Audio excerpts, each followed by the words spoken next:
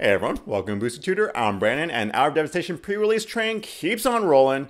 Continue with red, top 10 commons, uncommons, and a little rare talk afterward. So, number 10, Granitic Titan. 4 red for 5/4 elemental, has menace, and cycling 2. 6 mana, 5/4 menace. Yeah, I'll play that. I mean, that's going to kill a lot of things. Cycling 2 really helps with that. Double red's fine. 6 mana, you're going to get there eventually. I mean, that's a nice finisher in a red deck. Don't think I'd run like a ton of them, but definitely want one of those in my deck. So, number 10, pretty nice little beater there. And number 9, Gilded Caradon. 4 in red for a 4/4 beast. Whenever it attacks, if you control a desert or there is a desert card in your graveyard, target creature can't block this turn. Alright, so basically it's 5 mana for a 4/4. That's fine. It's a nice little, in the curve. But if you have a desert, it goes up because every time it attacks and something can't block, oh, it's so good, especially in a red deck. Oh, man. But like I said, 5 mana for 4/4 basically. Number 8, Sand Strangler.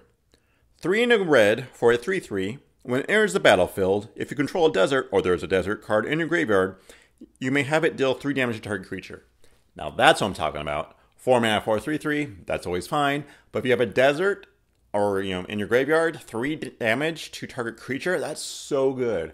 But if you don't have any deserts, I mean, it's just 4 mana for a 3/3. But if you have a desert, this thing goes way up. Like, if I got this card and I had like 3 deserts, I'd probably run like 3 deserts. I mean, just to make sure it gets off. Number 7, Kinra Scrapper. 2 in a red for a 2/3, Jackal Warrior, has menace, and you may exert him as it attacks. When you do, it gets +2/+0 until end of turn. Okay, 3 mana for 2/3 with menace. We saw this with, I think, what was it? Aether Revolt or something had a black card that was a 2/3 for 3 with menace, and I'd play that. And the fact that it gets the ability to get +2/+0 when you exert it, that is so good. 3 mana for a 4/3 with menace. Yeah, I'd play that any day.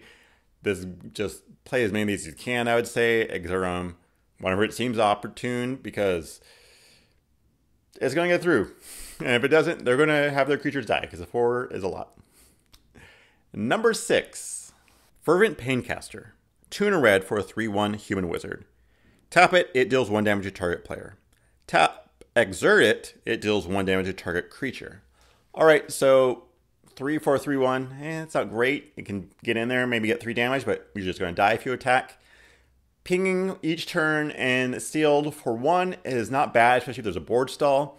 But to exert it and deal 1 damage to target creature, I mean, that does all kinds of things. If you're playing with -1/-1 counters, you're getting something down to 1, you can kill it. After combat, if it has damage, a creature has damage on it, you ping it for 1, it can kill it.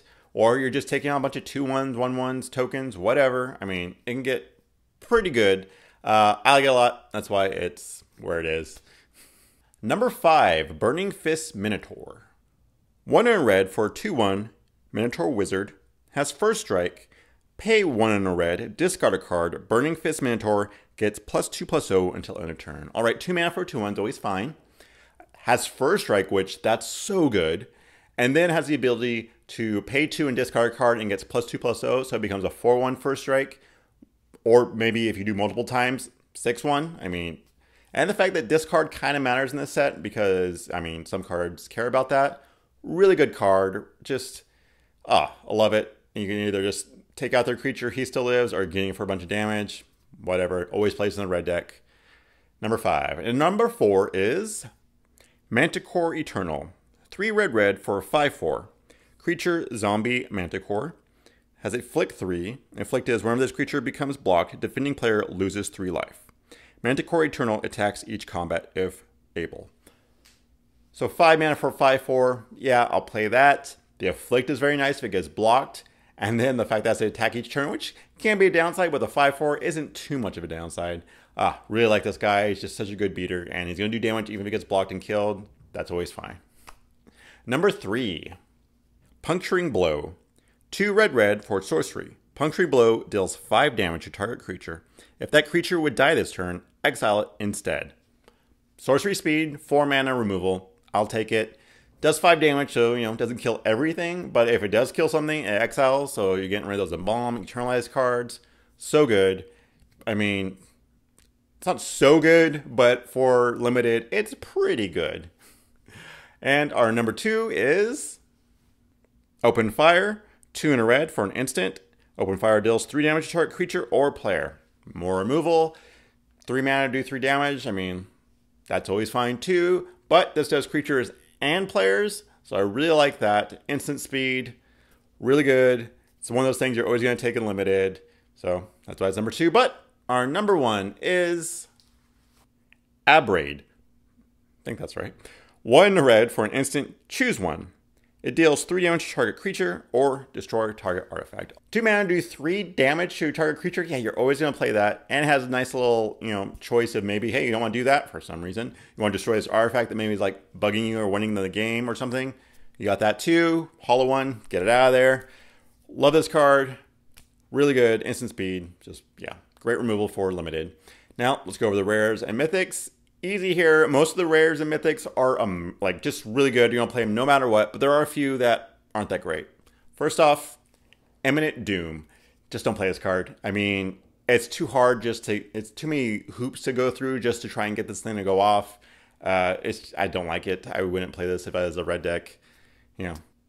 There's also Hazoret's Undying Fury. This one, maybe you could play. I don't really like these ones where they tap all lands, but for 6 mana, and I mean, you're taking a chance because this is, you know, you're playing cards for free. So maybe you're getting like a cool creature or something, or just something to take out their creatures, but you're taking a real gamble. I mean, that's up to you if you want to try that. I don't think I would, but it could be fun to play. I don't know. Just not something I really want to play if I want to definitely win. So, and lastly, Chaos Maw. Okay, now 7 mana for a 6/6 that does 3 damage to every creature, besides itself, of course. Usually pretty good, you know. And I probably would definitely play it. I would just say be careful, because you play this card, you wipe the board, and like they just kill your creature. Like that sucks so much. I mean, yeah, you wipe their board, hopefully, maybe. If you didn't, you're going to feel really bad about that. So I'm just saying, if you're running it, make sure you're playing at the right time. Make sure you're like, okay, I'm pretty sure they don't have removal or anything like that. So other than that, all the rares and mythics are just amazing for red. I'd play any of them in a red deck. All right. So there we go. We got red down. If you want to follow me on Twitter, booster_tutor, and see you next draft.